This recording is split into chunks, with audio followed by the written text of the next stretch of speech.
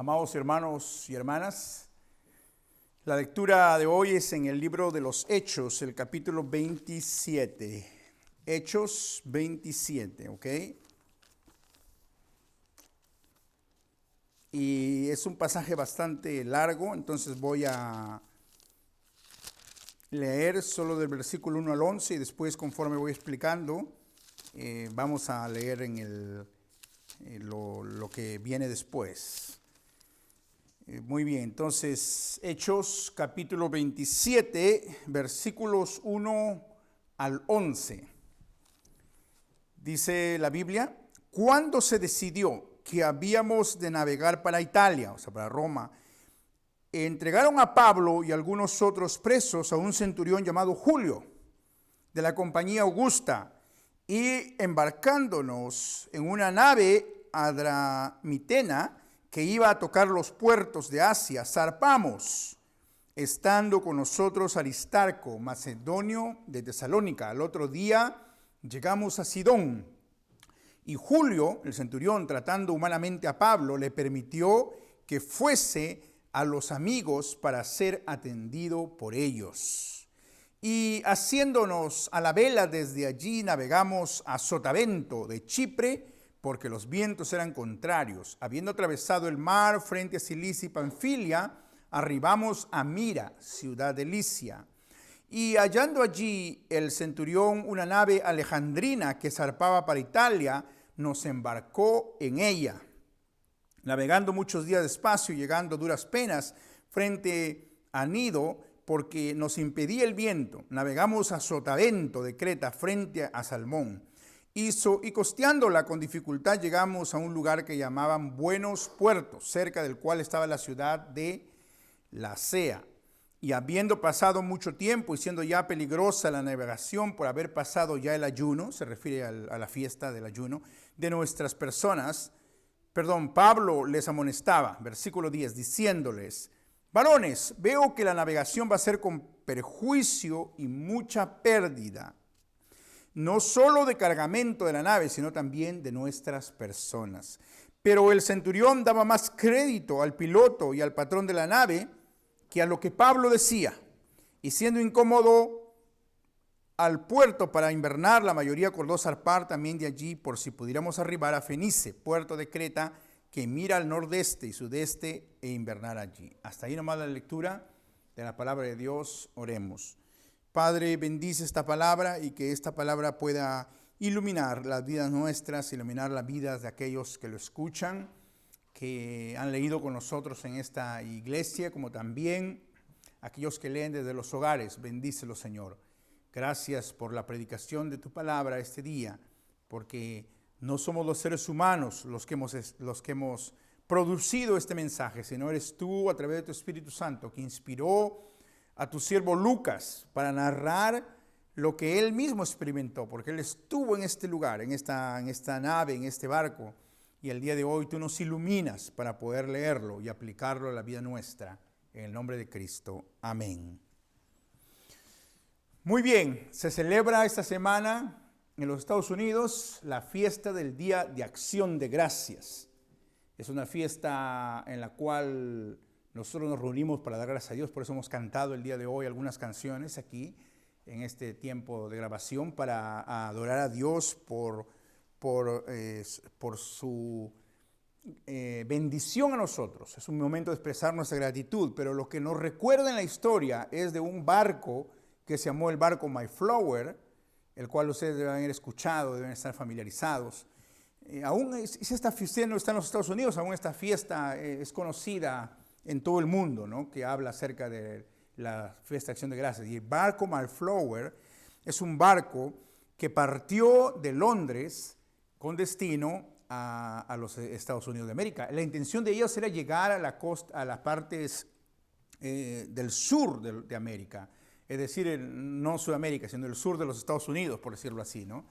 Pero debido al viento, debido a la fuerza, llegaron al norte, llegaron realmente a un invierno duro, un invierno crudo. Viajaron 102 personas, hombres, mujeres y niños en la nave. Inclusive nació un bebito, ¿no?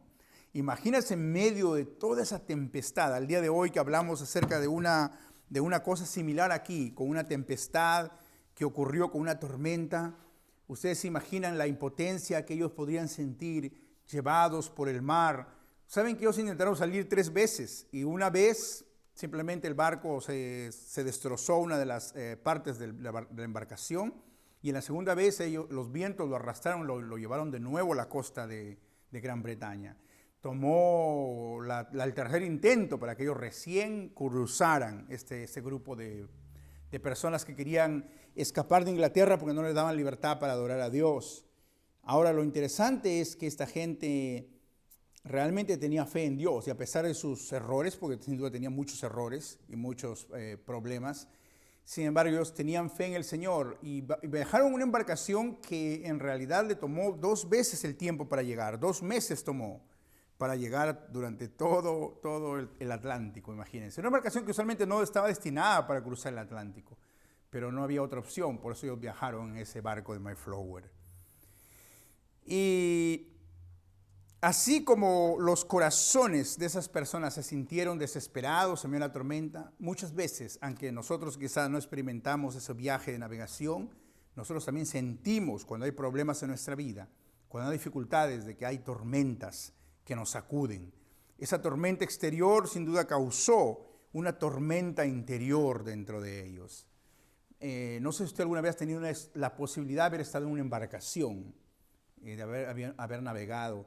Mi padre fue pescador y él cuenta historias tremendas de cuando él navegaba en los mares con su tripulación. Había tormentas en las cuales la gente se arrodillaba y oraba a Dios, especialmente porque ellos eran pescadores, pedían a Dios por sus hijos, para que Dios les dé una oportunidad más para ellos vivir. Mi padre dice que él se preocupaba, pero no mucho por su vida, porque él era soltero en ese tiempo, cuando él estaba siendo pescador. Pero lo que nos contaban nosotros cuando éramos niños era lo difícil que es estar en medio del mar sin que nadie te pueda auxiliar, con viento por todos los lados, con tormenta, agua por todos los lados, al punto que aquí nosotros vamos a leer más adelante que ni siquiera se podía mirar ni el cielo ni las estrellas, todo era simplemente tormenta. Y así a veces ocurre en nuestra vida, momentos difíciles, los cuales son como tormentas. Entonces, el día de hoy vamos a hablar de cómo debe ser el cristiano, el corazón del cristiano en medio de la tormenta, en medio de las tormentas de nuestra vida. Bueno, la primera cosa que este pasaje bíblico nos enseña es la importancia de los hermanos y hermanas en la fe. ¿Ok? ¿Cómo lo vemos esto aquí? En este texto bíblico, el cual nos dice que el versículo 3, que al otro día llegamos a Sidón y Julio, el centurión, tratando humanamente a Pablo, porque había desarrollado cierta amistad con él, le permitió que fuese a los amigos para ser atendido por ellos. Se le dio un pase para que él vaya a los amigos de esa zona. ¿Se refiere a qué amigos se refiere? Se refiere a los hermanos en la fe, pero se refiere a que él había hecho amigos. Y en realidad esa expresión amigos es importante porque nos demuestra de que uno no puede vivir su vida sin amigos creyentes, sin amigos cristianos, sin personas las cuales valoren esta amistad. Ahora, yo sé que todos de alguna manera tenemos amigos o creemos tener amigos, pero aquí la clase de amigos de lo que nos está hablando es una amistad que está basada en Cristo.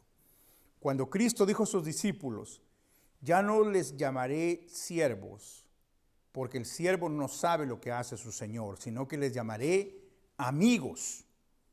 Vosotros sois mis amigos, dice. Y Él les enseñó diciéndole esto, no hay amistad más grande que esto, no hay amor más grande que esto, que aquel que pone su vida por sus amigos. Y eso es lo que Jesucristo hizo.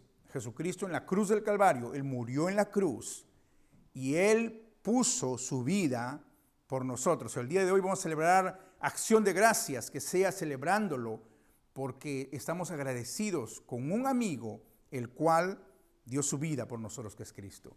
Ustedes han escuchado hablar de George Clooney, que es un actor, ¿no? Un actor que trabajó en varias películas, entre ellas trabajó en Oh Brother, Where Are You, que es una película muy interesante que me gusta mucho acerca de Mississippi.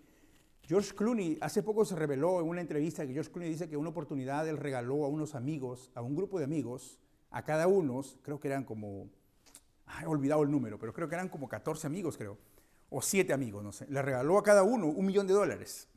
Okay, $1.000.000, ¿se imaginan? Es un regalo increíble.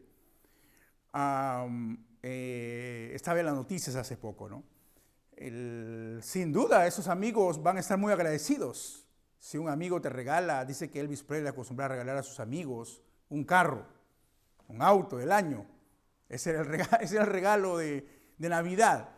Si usted siente gratitud por alguien que le ha dado alguna vez un regalo muy bueno, muy importante, imagínense la gratitud que debemos sentir por Cristo, el cual nos regaló la vida eterna.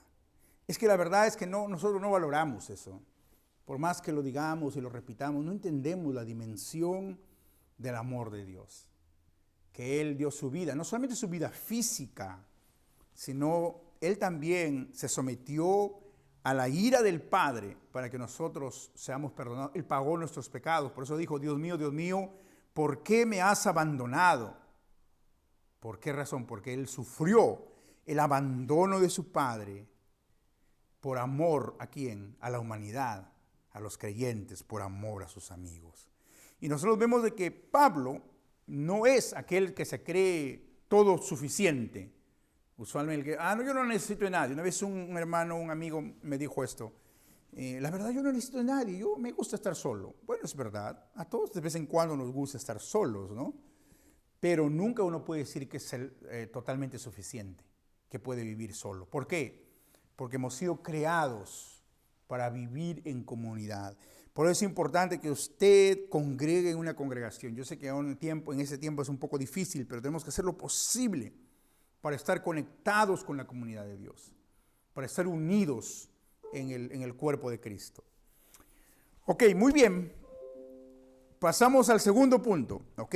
Y es que nos muestra aquí que si uno, para tener un liderazgo en medio de las tormentas, es importante aquí, según lo que la palabra nos dice, que nosotros pongamos nuestra fe en la advertencia y la promesa de Dios. Vamos a ver primero la advertencia.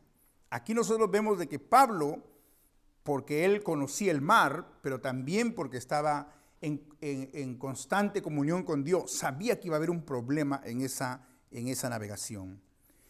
Dice que él se reunió con el centurión, ¿no? Pablo era solo un prisionero, y entonces él le dice en el versículo 10, varones, veo que la navegación va a ser con perjuicio y mucha pérdida, no solo del cargamento y de la nave, sino también de nuestras personas.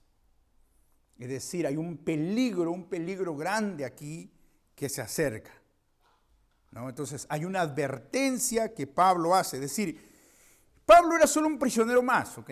Aunque conocía el del viaje y de la mar, sin embargo, ha sido puesto en ese lugar para servir de advertencia del juicio de Dios y de la prueba que iba a venir a esa navegación. Pero también nosotros vemos de que Pablo más adelante habla acerca de la promesa de Dios. Vean ustedes que después, cuando ellos tuvieron dificultades, vamos a leer el versículo 11, dice, pero el centurión daba más crédito al piloto, por supuesto, el patrón de la nave, que lo que Pablo decía. Versículo 12, siendo incómodo el puerto para invernar, la mayoría acordó zarpar también de allí por si pudiesen arribar a Fenice, puerto de Creta que mira al nordeste y sudeste, invernar allí. Y soplando una brisa del sur, pareciéndoles que ya tenían lo que deseaban, levaron anclas e iban costeando Creta. Es decir, dijeron, ya viene un viento, ahora sí vamos, ¿no? Zarparon. Versículo 14, pero fue un engaño ese viento nomás. Pero no mucho después dio contra la nave un viento huracanado. Vino un huracán como el huracán Eta, llamado Euroclidón.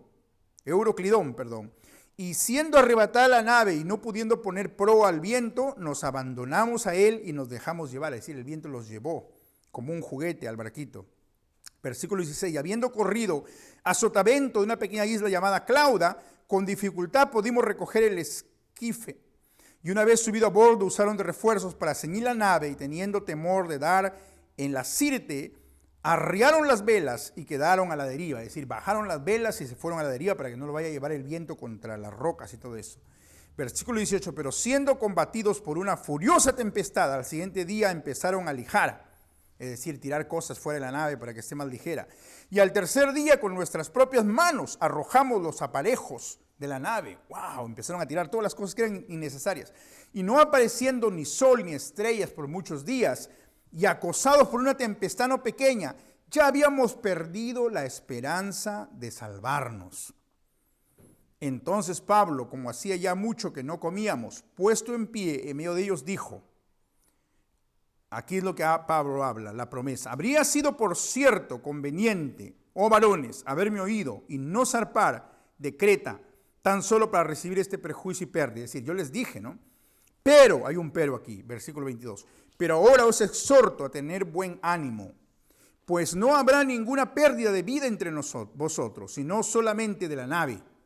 Porque esa noche ha estado conmigo el ángel de Dios, a quien soy y a quien sirvo, diciendo, Pablo, no temas, es necesario que comparezcas ante César, y aquí Dios te ha concedido todos los que navegan contigo. Por tanto, oh varones, tened buen ánimo, porque yo confío en Dios, que será así como se me ha dicho. Muy bien, Pablo tiene en una mano advertencia para ellos, del juicio de Dios, del castigo divino, del peligro del mar, del peligro de las tormentas. Pero tiene en otra mano la promesa de Dios, la cual le promete que debido a él va a ser bendecida toda la navegación, que ninguno de ellos van a morir, que tienen que creer en la promesa de Dios. Y hermanos, en medio de las tormentas, en medio de las dificultades, ese 2020 ha sido tormentoso, difícil para nosotros, nos ha sacudido como un barco, quizás a la deriva. Nosotros tenemos que pensar que como cristianos tenemos que tener eso en una mano, la advertencia. No vale la pena decir, no, todo va a estar bien. No, tenemos que arrepentirnos, tenemos que predicar el arrepentimiento. Tenemos que usar esta situación para decir en qué hemos errado como iglesia, como personas, como individuos, como naciones. Tener en esta mano la advertencia del juicio de Dios. Si no se corrige, vamos a ser castigados más duramente. Pero al mismo tiempo tener en la otra mano la promesa de Dios de que si estamos en Cristo, vamos a ser bendecidos. Es la promesa que Dios le dio a Abraham, que en él serán benditas todas las naciones de la tierra. Y miren, es interesante cómo Dios preserva la vida de esa tripulación, preserva la vida de Pablo. Pablo es de advertencia y de bendición también. Tú estás en tu escuela, en tu trabajo, donde quiera que tú estés, con los amigos que hablas, o incluso con los amigos que te comunicas a través de las redes sociales. Estás llamado a servir de advertencia, pero también a servir de bendición, de ánimo, de promesa. Eso constituye un liderazgo. Si usted es una mamá, es una líder. Si usted es un padre, es un líder. Si usted tiene una posición en una iglesia, es un líder. Usted está llamado a saber cuándo anunciar la palabra de advertencia, llamar al arrepentimiento y cuándo animar con la promesa de Dios. Y aquí nosotros vemos a un prisionero Pablo, el cual debería ser un prisionero más que iba a Roma, que Dios lo coge y lo hace surgir de en medio de la tripulación a él para anunciar el juicio de Dios, denunciar el ánimo que viene de Dios. Pero ¿saben qué? La cosa no queda allí. Ahora vemos a Pablo prácticamente salvando, siendo instrumento para salvar a la gente de morir de inanición, de hambre prácticamente, porque ellos habían llegado a no querer ni siquiera comer. Miren lo que dice el versículo 27. Venida la 14ª noche, y siendo llevados a través del mar Adriático a la medianoche, los marineros sospecharon que estaban cerca de tierra. Los marineros se refieren a la tripulación que estaban llevando a los presos y a los soldados. Y echando la sonda, hallaron 20 brazas, y pasando un poco más adelante, volviendo a echar la sonda, hallaron 15 brazas. Y temiendo dar en escollos, ellos estaban midiendo la profundidad del mar, y temiendo dar en escollos, echaron 4 anclas por la popa y ansiaban que se hiciese de día. Es decir, en medio de la noche tiraron anclas para que el barco no se mueva. ¿no? Y oraban para que amanezca, para poder ver si de verdad había tierra, una isla alrededor. Versículo 30. Entonces los marineros procuraron huir de la nave. Y ellos dijeron, vamos a escaparnos con vida. Y echando el esquife al mar, aparentaban como que querían largar las anclas de proa. Se hicieron los que querían poner las anclas, pero en realidad estaban queriendo escaparse de la nave. Pero Pablo dijo al centurión y a los soldados, si estos no permanecen en la nave, vosotros no podéis salvaros. Entonces los soldados cortaron las amarras del esquife, de las botes que se podían huir para salvarse, y lo dejaron perderse. Y así que los marineros no pudieron escapar de la nave, ¿no? Interesante esto. Es decir, que en medio de la tormenta va a haber gente que va a querer escapar de su posición. Pero Pablo dice, no, tenemos que estar juntos. Versículo 33 dice, cuando comenzó a amanecer, Pablo exhortaba aquí a todos. Miren, un prisionero es ahora un líder. Se vuelve como el líder, el pastor de la nave.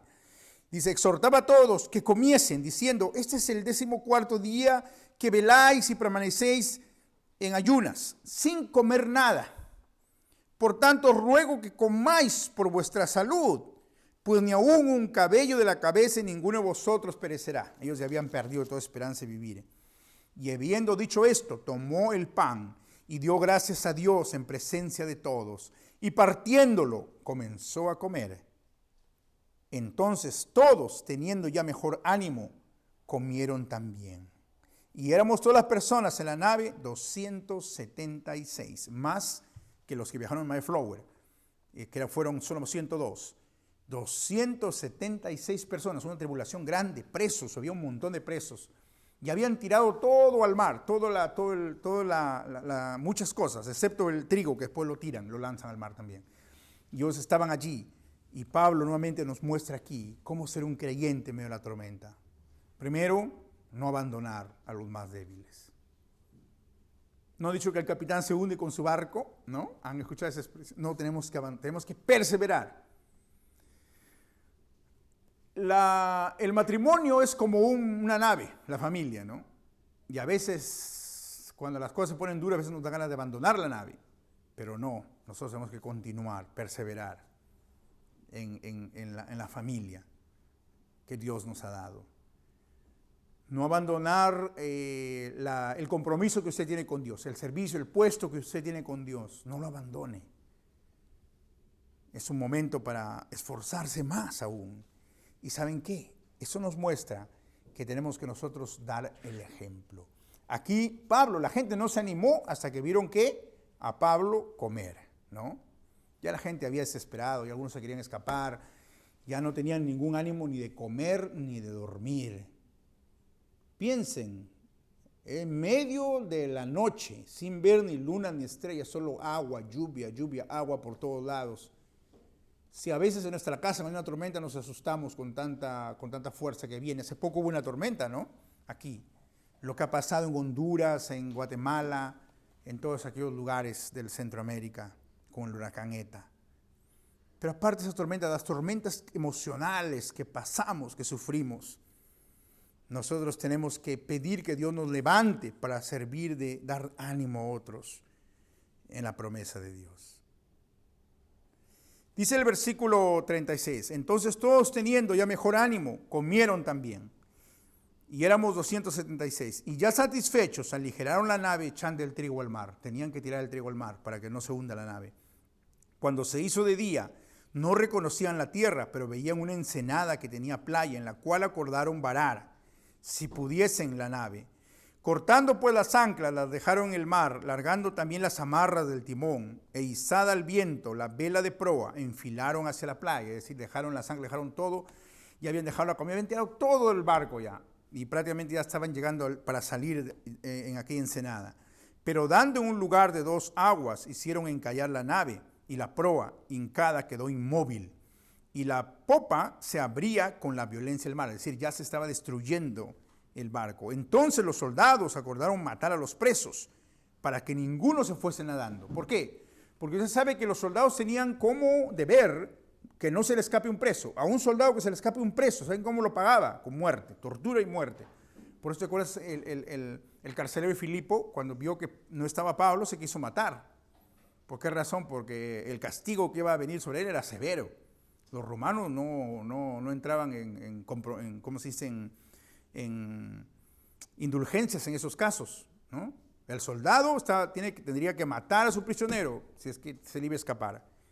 Pero entonces, aquí la amistad que había desarrollado con esa persona, los soldados se acordaron matar a los presos para que ninguno se fugase nadando, pero el centurión, queriendo salvar a Pablo, les impidió este intento y mandó que los pudiesen nadar, se echasen los primeros y saliesen a tierra, y los demás aparten tablas, parten cosas de la nave, y así aconteció que todos se salvaron saliendo a tierra. Al final llegaron a la isla de Malta, todos con poca ropa, como llegaron y todo absolutamente se perdió. Pero Dios, tal como lo prometió Pablo, salvó la vida de toda esa gente. Amados hermanos, yo quiero animarles a ustedes, el Día de Acción de Gracias que se acerca. Y si usted no celebra el Día de Acción de Gracias, quizás puede, sin duda, entiende de que hay gratitud en nuestro corazón a Dios por todo lo que Él nos ha dado. Pensemos en cuán bueno ha sido el Señor en protegernos de diferentes circunstancias. A veces es fácil para nosotros olvidar las tormentas que vinieron en nuestra vida una vez que ya hemos salido. Una vez que ha pasado la tormenta, todos son valientes, ¿no? Porque ya pasó y todos cuentan la historia. Yo recuerdo que una vez estuvimos en una situación difícil con unos amigos y luego cuando salimos de la situación difícil, fue en el tiempo de la violencia que había en mi país en aquel tiempo. Hubo un tiroteo, una cosa así. Todos tenían una historia diferente, ¿no? Ninguno se había atemorizado, según ellos, ¿no? Todos contaban. Claro, es fácil después de la historia, pero en el momento, allí es donde nosotros tenemos que tener la fe y la fortaleza de Dios. Sea que usted esté atravesando por una tormenta, sea que usted esté en paz y tiene que preparar su corazón para una tormenta, sea que usted haya pasado la tormenta, oremos a Dios para que Él nos dé la fortaleza de continuar y de servirle a Él. Oremos. Padre nuestro, gracias porque tú enviaste a Jesucristo para darnos esta lección de cómo tener paz y actuar en medio de la tormenta. Señor, Él vivió muchas tormentas en la vida y quizás la tormenta más grande fue aquella de tener que ir a la cruz para pagar por el pecado nuestro. Hoy depositamos en ti la fe, Señor, y te pido hoy, este día, que nos des en nuestro corazón, nos regales esa fe, esa fortaleza que viene de ti. Señor, que seamos fieles hasta que tú nos llames a tu reino. En el nombre de Cristo oramos. Amén.